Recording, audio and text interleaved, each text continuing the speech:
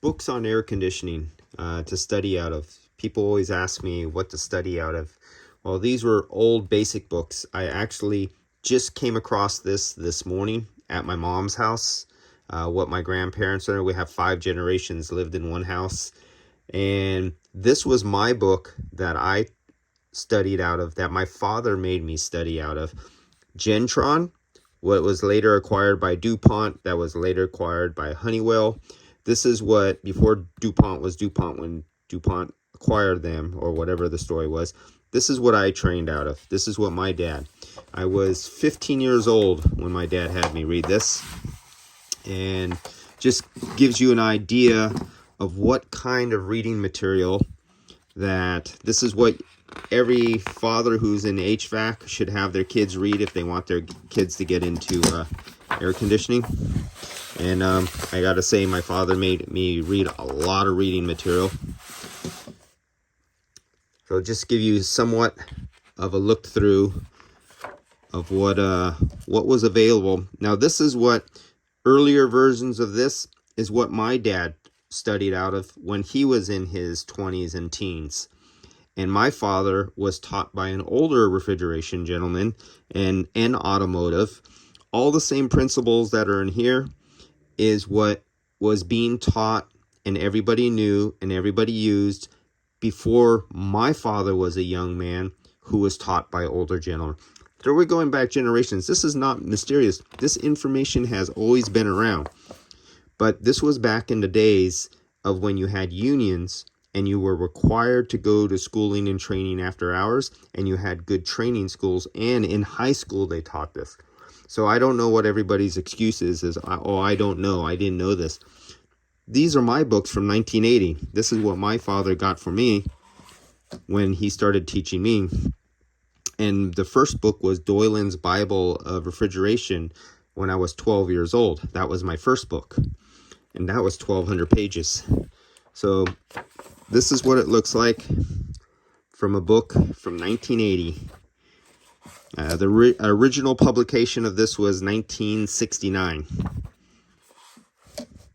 But this is the 1980 version when he started me on. He went down to the refrigeration place and got these. So this one's on condensers and evaporators. How do they work? Really basic. Give you a little idea.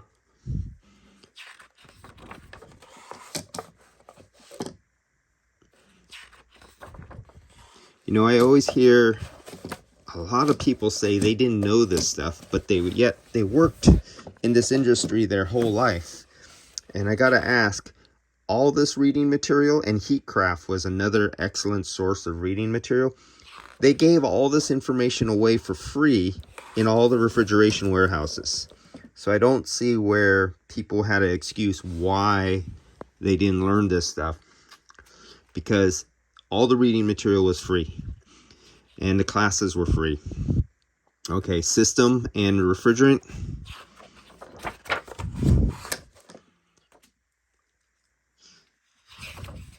A really good one is when you come across, I was just opened it up and it reminded me of using a micron gauge. Now remember, this is 1980 and the micron gauges back then were analog. So keeping up refrigeration reliability, things that are needed to keep it reliable. There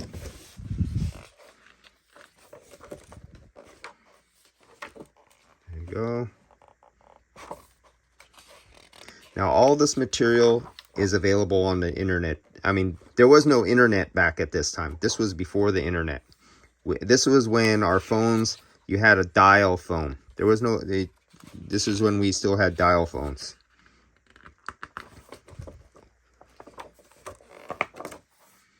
They're talking about the quality of the copper, the types of the materials, the refrigerant oils.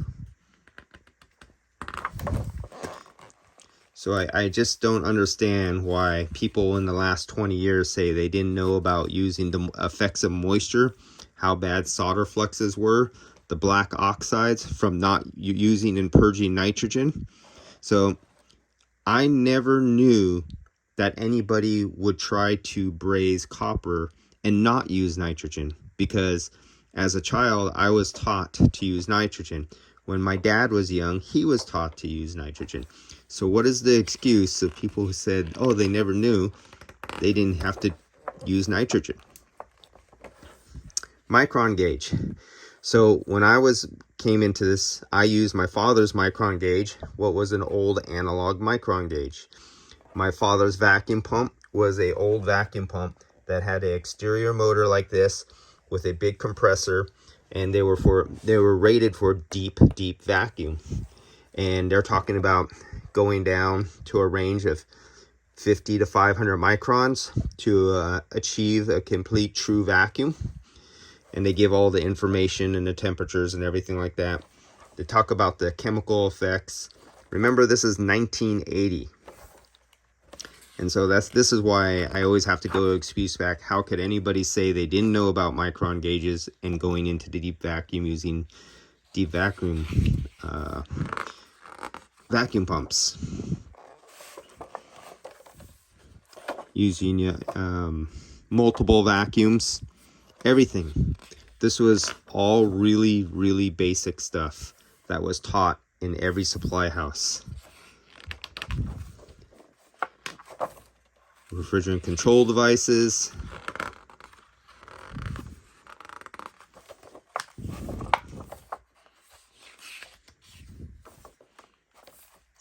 So this is what it was like being taught air conditioning in 1980, at least for me. And my dad would never let me go on to a next step unless I can answer all the questions of every chapter that I read. Then he wouldn't let me use tools or do anything. But this is what it's like. And guys older than me will recognize these books. And my father used to make me watch old black and white. We had a tape, a projector. We had a whole reel-to-reel projector, and my father used to make me watch old, I think they were Copeland videos and York and Tecumseh compressor videos on servicing compressors and rebuilding and going through maintenance procedures in black and white. Oh, that's it. And I was 15 years old. I was amazed when I came across this today.